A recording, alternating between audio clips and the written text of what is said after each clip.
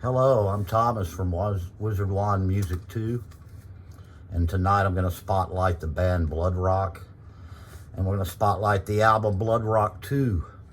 You can see the 2 on it. This is their second album.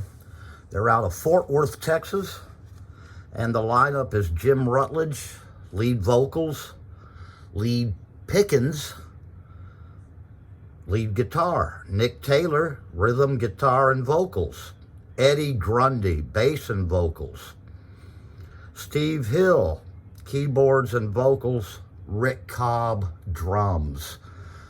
This is the album that has the famous hit D.O.A., which was banned by radio stations back in my day.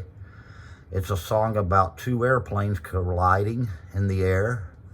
One guy is on the ground finally and is writing a song about the experience, and it got banned. There's no political stuff in it. There's no cuss words. There's no drug references. It's simply about a plane crashing into another plane, and D.O.A. is the name of it, and it was banned on the radio, even FM stations back in the day.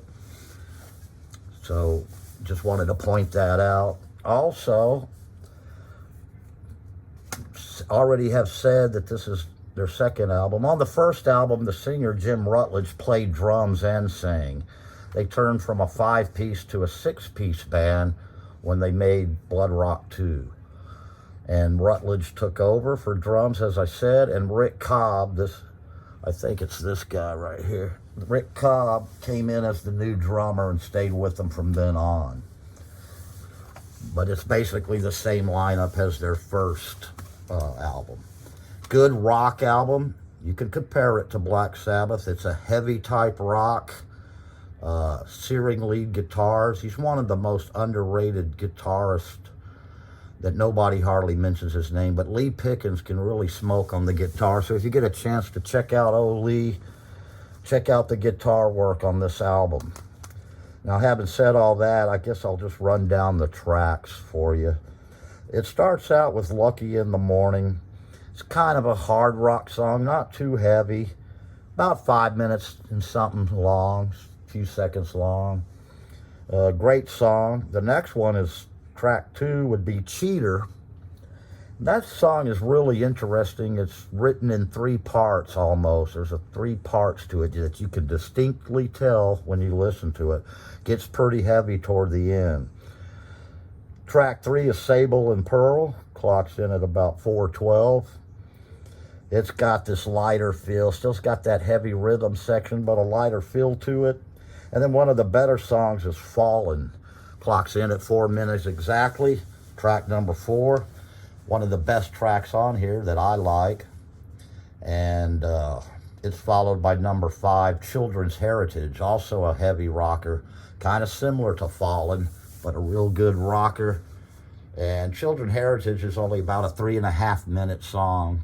So you can listen to that if you ever get a chance. Die or Not a Lover, another really good song where the drums really stand out on this song. Rick Cobb on his first recording with him, doing a great job on Die or Not a Lover. It's about a 4-minute song. That's followed by the hit that I was talking about earlier, D.O.A., Dead on Arrival. 8-minute song. That could be bad. They didn't play it much on the radio. 8 minutes. But anyway, that's the band song from the album, D.O.A., and it's really heavy and dark and gloomy and all the other adjectives you can think of. And it's followed by the last track on the album, Fancy Space Odyssey. It's about a 5-minute, 6-second song or so, and that closes out the album. So they've got 1, 2, 3, 4, 5, 6, 7, 8 songs on this album. All are pretty good. I would call that last track maybe the weakest track, but you don't get to hear it till you get to the very end. So it's a great album. And again, Bloodrock out of Fort Worth, Texas. Really good band that's been overlooked. And they've made several albums. They did a lineup change later on when Rutledge left on vocals and was replaced by Warren Ham. When that took place, they kind of changed into a more progressive direction and recorded, I believe, 2 albums with Warren Ham as the singer. But this is Jim Rutledge and the guy Lee Pickens and the guys, and that's Bloodrock 2 for you, and I appreciate you listening to me. Thank you, and good night.